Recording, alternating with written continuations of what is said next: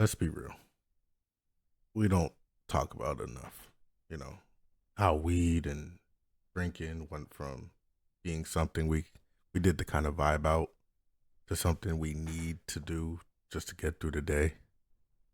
We tell ourselves it's just a little bit, or I'm not an addict. But deep down, we know something shifted. We are no longer using it to feel good. We're using it to avoid feeling anything at all. If you ever felt anxious, empty, stressed, or low, you know what I'm saying? When you're not high or drunk, this video is probably for you. This isn't about shaming though, right? So there's no shame in the deed itself, right? It's just about realizing, it's about waking up. Because we can't grow if we keep numbing the very pain that's supposed to teach us to grow, right? So let's start at the root, because for most of us, this starts young, right? For a lot of us, weed and alcohol weren't just introduced, they became normalized. We grew up around it. We see it at parties. We see it at family functions. We see it in music, bro. It was everywhere. By high school, early college, it wasn't even about peer pressure. It was routine. Some of us smoked before school, drank on weekends, and then we told ourselves it was just part of growing up. It was like your initiation to adulthood. But here's the part we don't unpack. Many of us were already going through and carrying unprocessed trauma, abuse, neglect, abandonment, shame, loneliness, and just overall peer pressure. We didn't get therapy. We got handed a blunt or a red cup. And the way high school was, you normally had to find a way to deal with that stress of high school. But instead of learning how to feel and how to heal, we learned how to be numb and forget.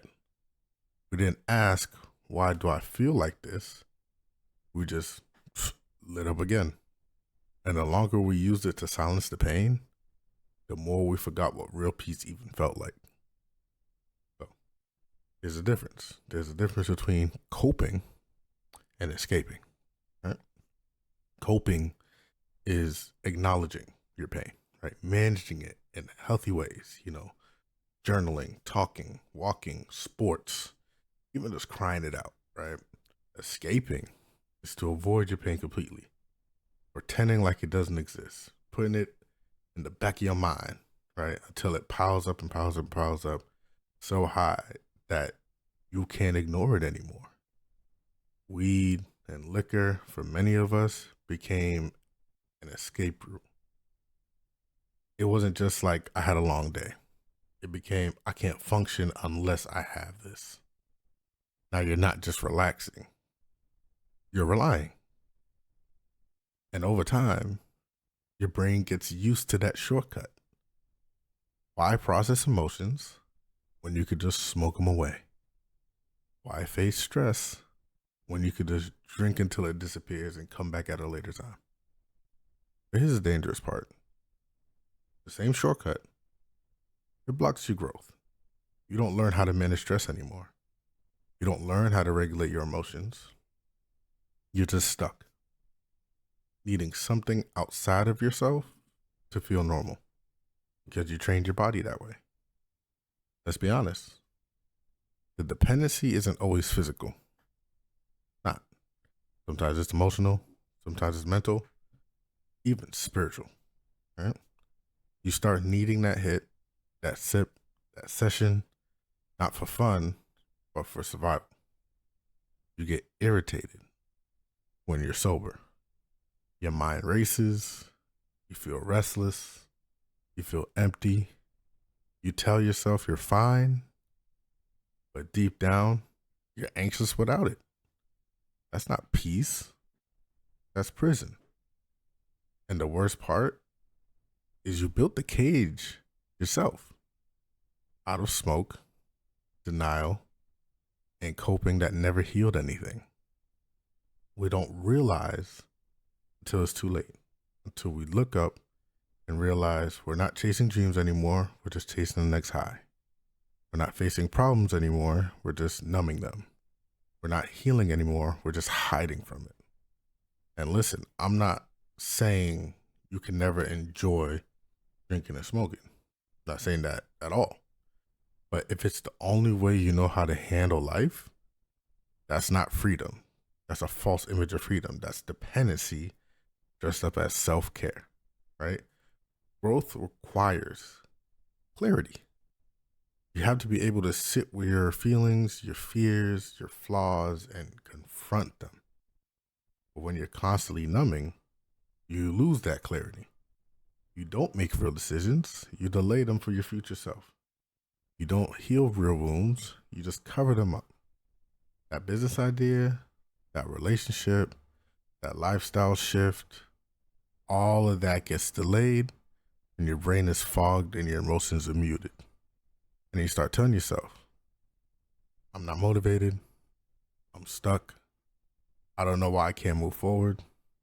But the truth is, you do know. It's easier to keep escaping than to deal with what's real, right? So, all this talking, you're like thinking like, okay, what do I do? Okay. Well, do you just quit cold turkey and expect your life to just magically get better? No. It starts with awareness, with honesty. Ask yourself, when did I start relying on these things? What am I really trying to avoid? Who would I be if I faced life head on? Start small. Go a few days without using and sit with what comes up, right? Just go a few days. Journal how you really feel. Write it down, okay? See the evidence. And I mean really feel. Not what y'all be showing online. Not that persona y'all be out here on Facebook with. And then try replacing a session with something still, right? Like walking, talking, praying, meditating, running, working out, a lot of things, right? For nowadays, streaming, go stream. Don't smoke, go stream when you're about to smoke. Reteach your body how to handle stress naturally.